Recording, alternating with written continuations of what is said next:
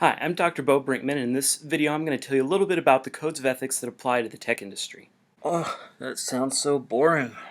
Seriously, if you're a founder, executive, or worker in the tech industry, then your work is likely covered by one or more codes of ethics. And lack of familiarity with the codes can have serious financial and legal consequences for you and your business. Now, the first thing that you should know is that there are two main professional organizations that cover the tech industry.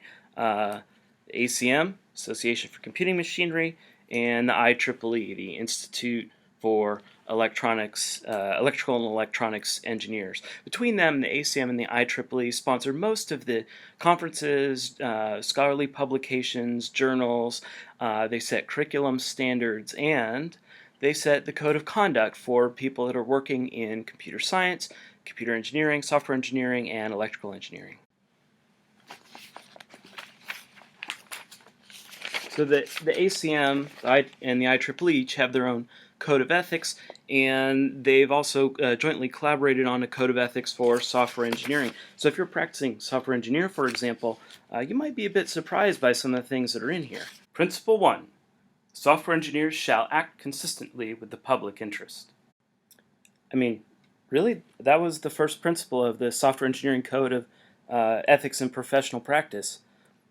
So everything that a software engineer does every day is supposed to be consistent with the public interest.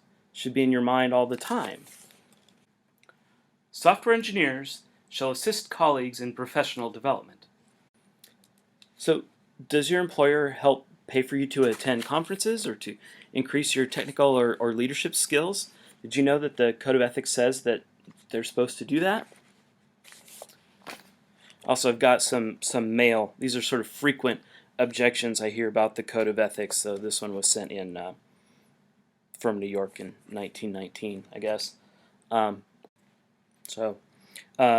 Dear Bo, stop wasting my time. Come back when these are laws, not codes. Well, I've got some bad news for you. Even though there isn't really any law in the U.S. that requires adherence to these codes, they're starting to find their way into some court cases. You might remember the Oracle versus Google case. Oracle was suing Google because Google had copied some Java APIs into the Android operating system. At trial, Google argued that it was fair use, but Oracle's lawyers snapped back, citing the ACM Code of Ethics and Professional Conduct. Violations of copyrights, patents, trade secrets, and the terms of license agreements is prohibited by law in most circumstances. Even when software is not so protected, such violations are contrary to professional behavior. Copies of software should be made only with proper authorization. Unauthorized duplication of materials must not be condoned.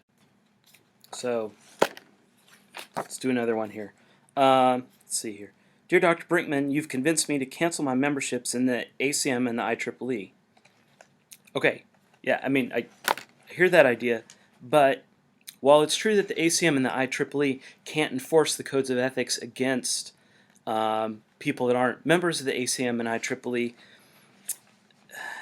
when a big professional organization creates a code of ethics and publishes it out in the world, the public and the courts tend to see that as a statement of the conscience of the profession.